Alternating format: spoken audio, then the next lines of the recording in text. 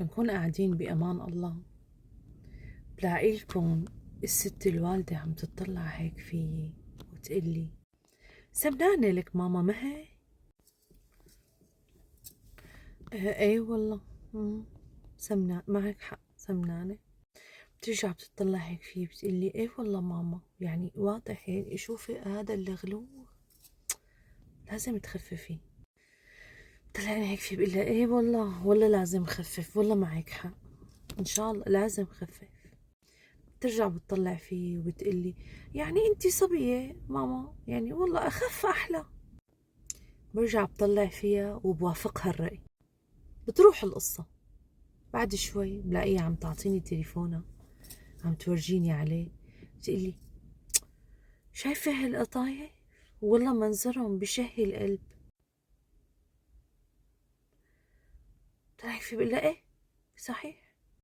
وبعد صورة القطايف بتصير بقى بتورجيني محلات حلو، صور عش البلبل، صور المبرومة، الكنافة النابلسية، المدلوقة، وهذا يعني بتقعد الحمد لله، يعني بتقعد على الفيس وبيقول لك الكريم خود.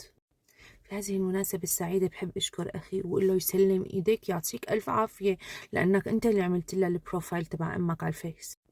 المهم تورجيني هيك صور، بعدين بطلع هيك فيه بتقلي يعني ما في هون هيك محل يعمل هالأكلات هيك، يعني شوي ولا بتطلع هيك فيه بتقلي والله جا عبالي أكلات الحلو بس بالقشطة تبع بلادنا، معقول يعني هون ما في هيك شي؟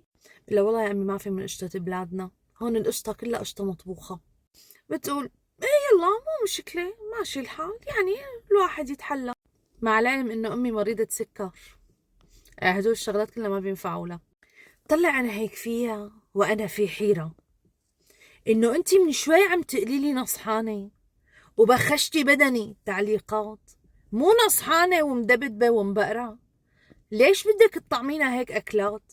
طيب انا بدي انحف بس ساعديني انحف حجة شبه، يعني كيف بدي انحف اذا انت كل شوي شايفتي لي صور محل حلو بالشام على الفيسبوك ويلا قطايف ويلا هريسه ويلا حجه؟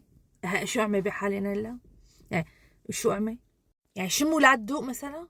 يعني تاكلي انت لحالك؟ مو اذا جبت قطايف وكنافه ما بدي اكل انا كمان؟ مو من شوي انت عم تقولي لي سمنانه؟ طب اوكي انا بدي انحف يلا.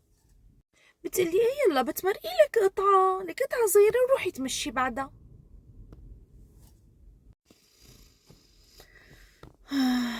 اللهم جيبك يا طولة البال.